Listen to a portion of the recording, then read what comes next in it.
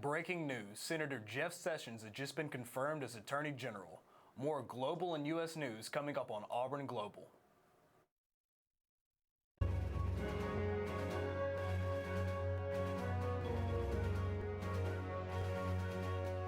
Good evening and welcome to Auburn Global. I'm Joey Price.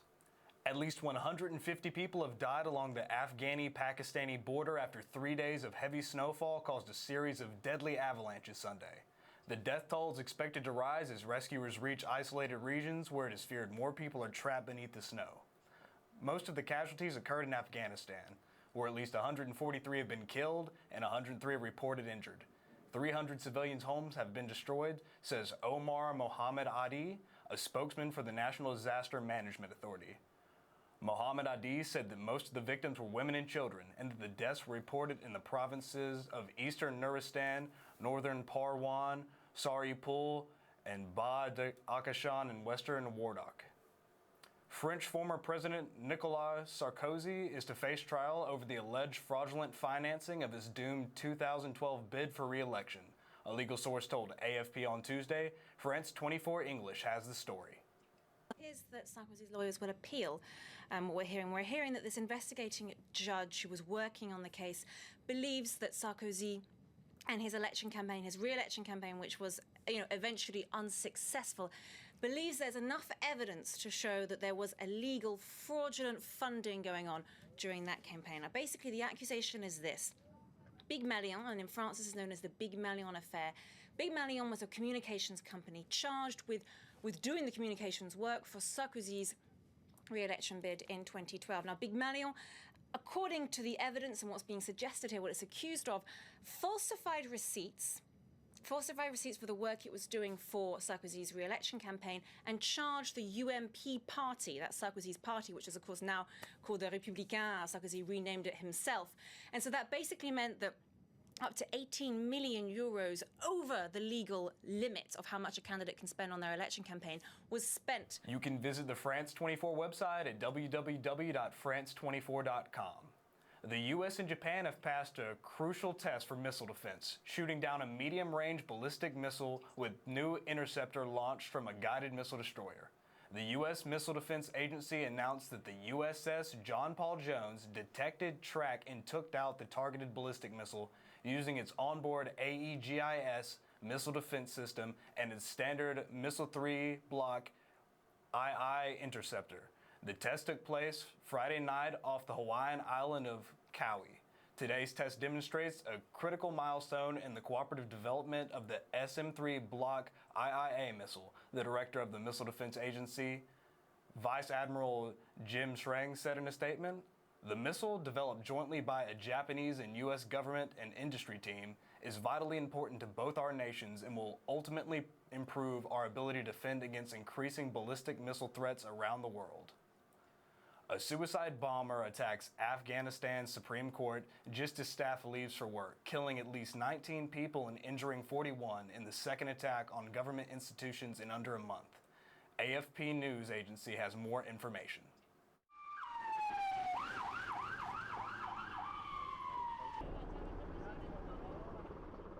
وقت رخصتی اینا برآمده بودن نو همین کارمنداش نو و فاش یک جای برآمده بودن دو تا زن بود یک دختر خود بود 5 ساله که 3-4 تا مرد میار خودم شده اول بیچاره سو اینی سپرام پیش ما پرام گوشوایش یافتاده بودیم بیشتر اندیوالای ما زخمی شد کلیگی قدیما کی استاد بود کلیگی زخمی شد دا نفر بودیم دمی دا نفر 1 2 3 4 نفر ما داخل رفتیم و 6 نفر ما زخمی شد بسیار طور که تا امی قسمتایی که ما شما هستیم لرزان داشته که تقریبا شیشه شکسته بوده قریب شکسته. We will keep you updated on the attack. The United Nations Mideast envoy on Tuesday said new Israeli law legalizing dozens of unlawful West Bank settler outposts crossed a very thick red line, while Israeli rights groups said they would fight to overturn the measure in the Supreme Court. The explosive law, approved by Israeli lawmakers late Monday night, was the latest in a series of pro-settler steps taken by Israel's hardline government since the election of Donald Trump as U.S. president. It is expected to trigger a number of challenges in the Supreme Court, while members of the international community have already begun to condemn it. The law legalized dozens of outposts, home built unlawfully on private Palestinian land in the occupied West Bank. According to the law, Palestinian landowners would be compensated either with money or alternative land, even if they did not agree to give up their property. W. Kamau Bell visited Auburn University to discuss racism and social issues through comedy. Eagle Eye went to the scene for more information. On the first night of February, Black History Month, people packed into the Auburn Student Center ballroom to hear the W. Kamau Bell curve, ending racism in about 1 hour. Thought it would be interesting, and my teacher said that he was a comedian, so I was hoping it would be funny. W. Kamau Bell is an acclaimed comedian, producer, and screenwriter with a powerful message to share. I just want to say all lives matter. You'd be like, are you okay? Did you fall and hit your head? I really liked how he highlighted race as a social construct. It's really just a divisive tool that people use because we like to put labels on things. People pigeonhole other people into certain races and, just for quotas and because it's easier, but, we're all the same people in the end, so. Bell shared multiple thought-provoking ideas to kick off Black History Month, and his jokes were also a huge hit. It's killing me. I'm old school though. The biggest takeaway would probably be that to start fighting against racism, people have to become uncomfortable, and the conversation has to happen. It has to be very uncomfortable. Like tonight, there's a lot of jokes told. He did a good job of making it uncomfortable in a way that people can still laugh, and then easing his way into telling the real facts, and the real facts in the matter of what's going on and how people are feeling. I'm Allie Klebus, and this is Eagle Eye TV. Coming up, you'll hear from Allie Klebus with everything happening around the U.S. You're watching Eagle Eye TV, Channel 6. I hope that you've been able to learn a strong work ethic surrounded by character, integrity, perseverance, so that when your 1 second comes, you'll be prepared for it. Chris Davis. 45, there goes Davis! Your 1 second, our 1 second is now. And our lives have been guided by the principles of one of the greatest academic institutions in the country, Auburn University.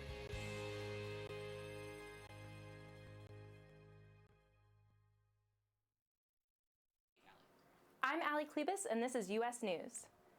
U.S. District Court for the Western District of Washington Judge James Robart issued a nationwide restraining order on Friday, blocking the travel ban put in place by President Trump. 3 judges from the U.S. Court of Appeals for the Ninth Circuit heard from lawyers for the Department of Justice and the state of Washington this week in a hearing about whether or not to uphold the restraining order. Trump said Wednesday in defending his executive order that, quote, "Courts seem to be so political, and it would be great for our justice system if they would be able to read a statement and do what's right," end quote. He also said he believes national security is at risk in the midst of this hearing. 127 companies have officially filed a court motion against Trump's executive order on immigration, saying it violates the immigration laws and the Constitution. Many of the companies are tech companies, including Apple, Facebook, Microsoft, Netflix, Google, and Twitter. The court motion from the companies reads in part, quote, "Immigrants make many of the nation's greatest discoveries and create some of the country's most innovative and iconic companies," end quote. One notable company who isn't on the list is IBM. IBM CEO Ginni Rometty currently sits on Trump's Business Advisory Council. President Trump passed a new executive order halting all immigration and travel from 7 Muslim-predominant countries: Iran, Iraq, Libya, Sudan, Somalia, Syria, and Yemen. The order does affect the international students here on Auburn's campus, and as a result, there was a peaceful protest held in opposition to the order, showing a great support from the Auburn family to their fellow students. This past week at Auburn University, there was a protest on the Haley Center concourse against Trump's immigration ban. We asked students their thoughts and reactions to the events last Thursday.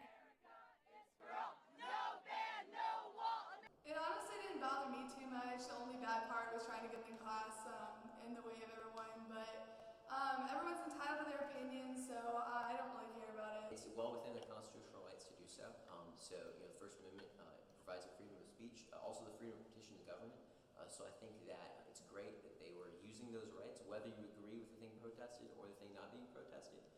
But in addition to doing that, I think there are also other methods of letting your voice be heard. And I think another thing, the First Amendment, the ability to petition your government,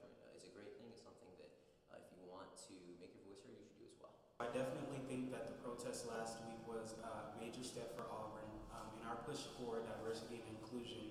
I think that those individuals that participated in the protest were actually displaying that Auburn is a campus that can sometimes seem homogeneous. So I think differences of opinions are great, and I supported the movement totally. This is Callie Devaney on Eagle Eye TV Global News. No further protests are scheduled as of now. Kellyanne Conway, Trump's former campaign manager and current counselor to the president, is under fire for citing a fictional massacre in 2 separate interviews last week. In an interview on MSNBC's Hardball, February 2nd, Conway cited the made-up Bowling Green massacre in defense of Trump's immigration ban. I bet there was very little coverage. I bet it's brand new information to people that President Obama had a 6-month ban on the Iraqi refugee program after 2 Iraqis came here to this country, were radicalized, and they were the masterminds behind the Bowling Green massacre. I mean, most people don't know that because it didn't get covered. Conway later clarified that she was talking about the case of 2 Iraqis who moved to Bowling Green, Kentucky after being granted refugee status. The 2 men were arrested on a series of terrorism charges in 2011 because they were trying to help get weapons to al-Qaeda. They were never planning an attack on U.S. soil. Conway defended Trump's immigration ban by saying that President Obama instituted a 6-month ban on the Iraqi refugee program after this massacre. Obama called for a revetting of 58,000 recent Iraqi refugees, creating a delay, not a ban. Conway also brought up the massacre during an interview with Cosmopolitan just days earlier. President Trump was interviewed by Bill O'Reilly Sunday just before the Super Bowl. The president spoke of the busy first weeks of his administration, touching on meetings with Mexican President Nieto and the latest confirmation hearings. Most notably, Trump spoke of his respect for Russian President Putin. Do you respect Putin? I do respect him. Do you? Why? Well, I respect a lot of people, but that doesn't mean I'm going to get along with him. He's a leader of his country. I say it's better to get along with Russia than not. And if Russia helps us in the fight against ISIS, which is a major fight, and Islamic terrorism all over the world, right. Major fight, that's a good thing. Will I get along with him? I have no idea. It's very He's a possible killer, I though. won't. Putin's a killer. A lot of killers. We got a lot of killers. Why, you think our country's so innocent? Trump also spoke of a plan to look into the voter fraud he suspects occurred during his 2016 election. Trump has said in the past that illegal votes made him lose the popular vote to Democratic rival Hillary Clinton. Allegations of sexual assault and the use of date rape drugs have rocked Northwestern University in recent weeks. The Evanston, Illinois school received tips about 2 separate incidents. 4 female students may have been given a date rape drug at the Sigma Alpha Epsilon fraternity, according to campus security.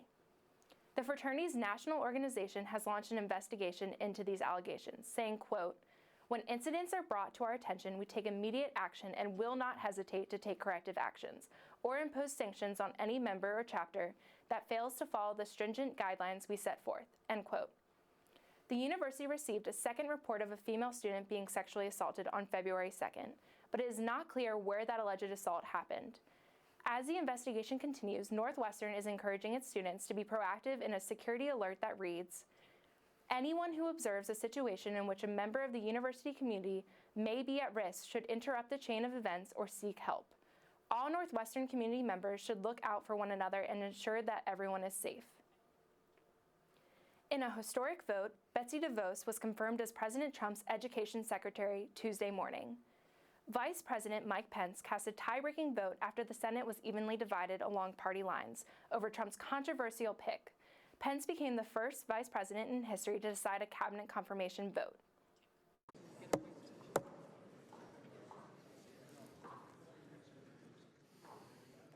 On this vote, the yeas are 50, the nays are 50. The Senate being equally divided, the Vice President votes in the affirmative and the nomination is confirmed. President. Majority Leader. DeVos' confirmation hearings were marked by controversy due to her lack of experience with public schools and her support of school choice and voucher programs that would take money away from public institutions. Democrats spoke on the floor starting Monday and lasting the entire night in protest of DeVos' confirmation, leading up to the vote Tuesday morning. Former presidential nominees Republican Senator Ted Cruz and Democratic Senator Bernie Sanders faced off in a debate over the Affordable Care Act Tuesday night. Cruz vowed in his presidential campaign to completely overthrow Obamacare, saying, quote, "To my mind, Obamacare is a step forward. We have got to go further, but what Ted wants is to do away with many of the patient protection bills provisions that were passed, pre-exiting conditions, a cap on what you have to pay," end quote.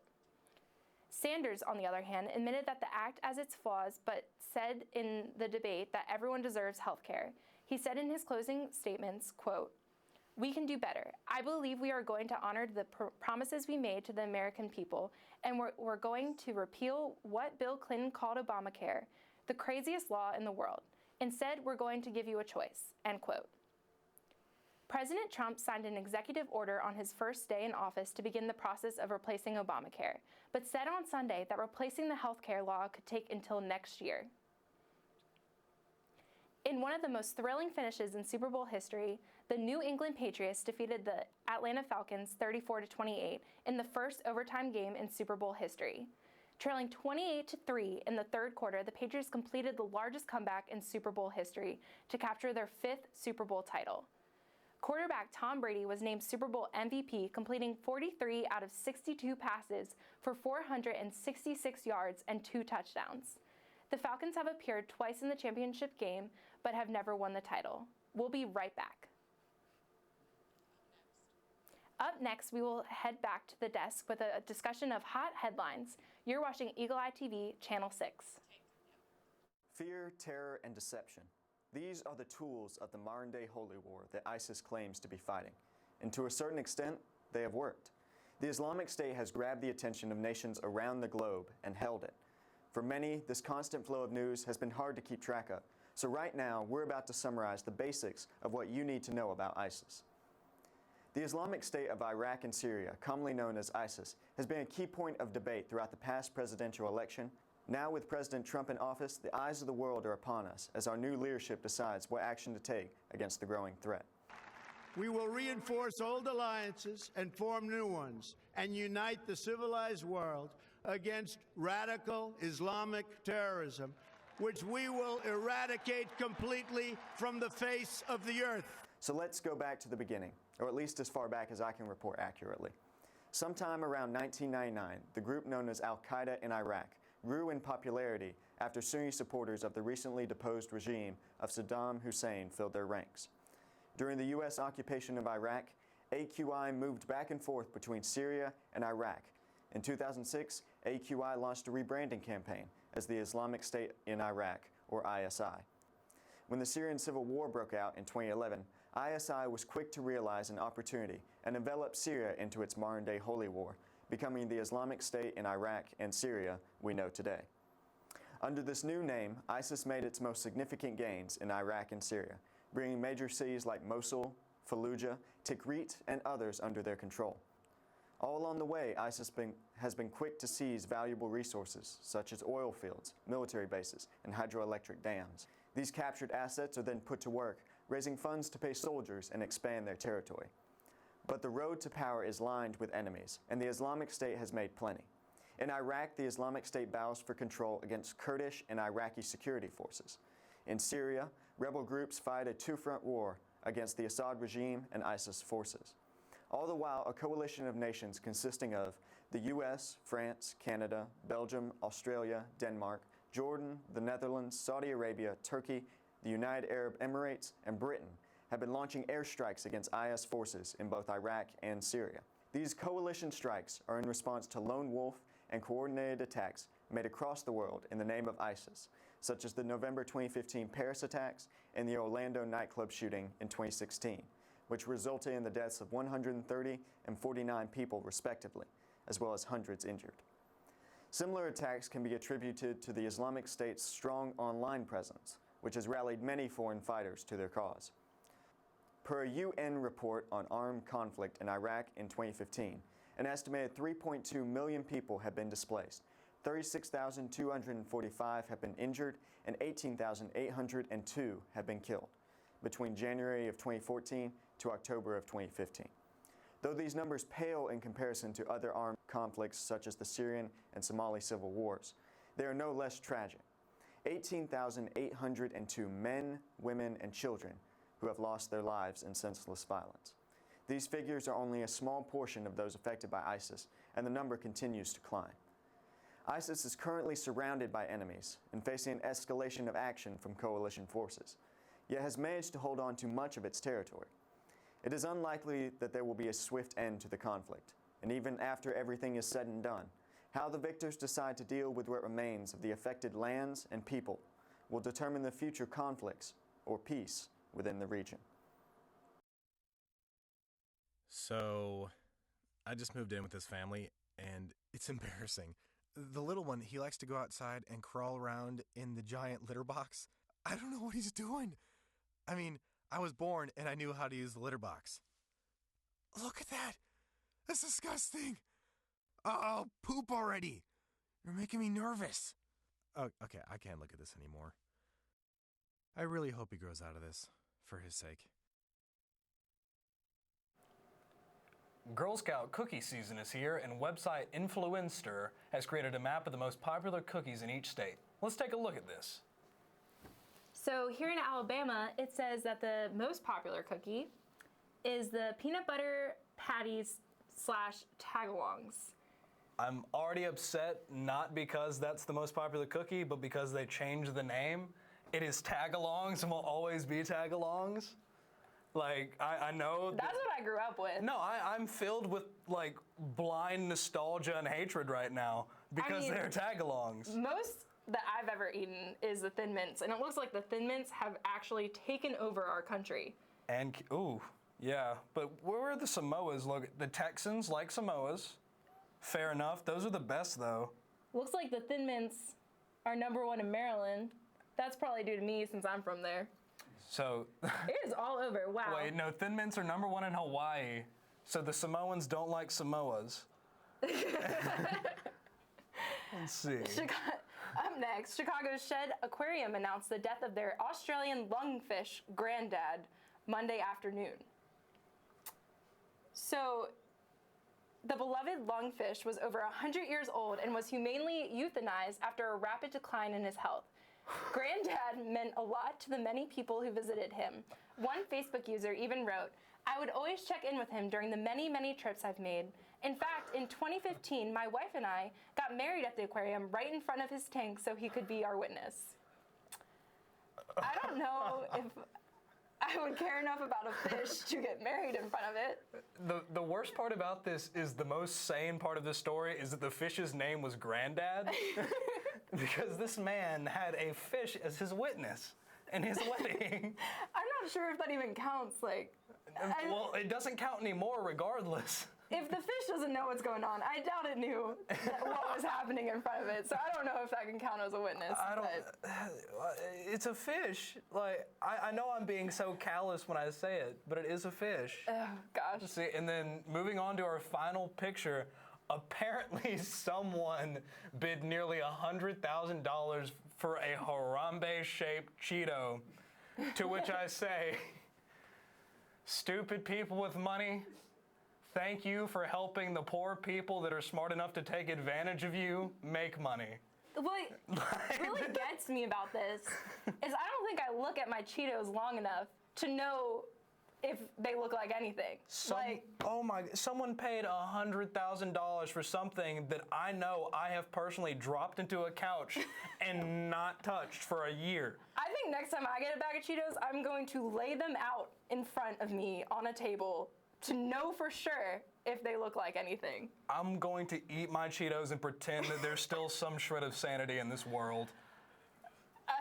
And on that note, that is all for Auburn Global this week.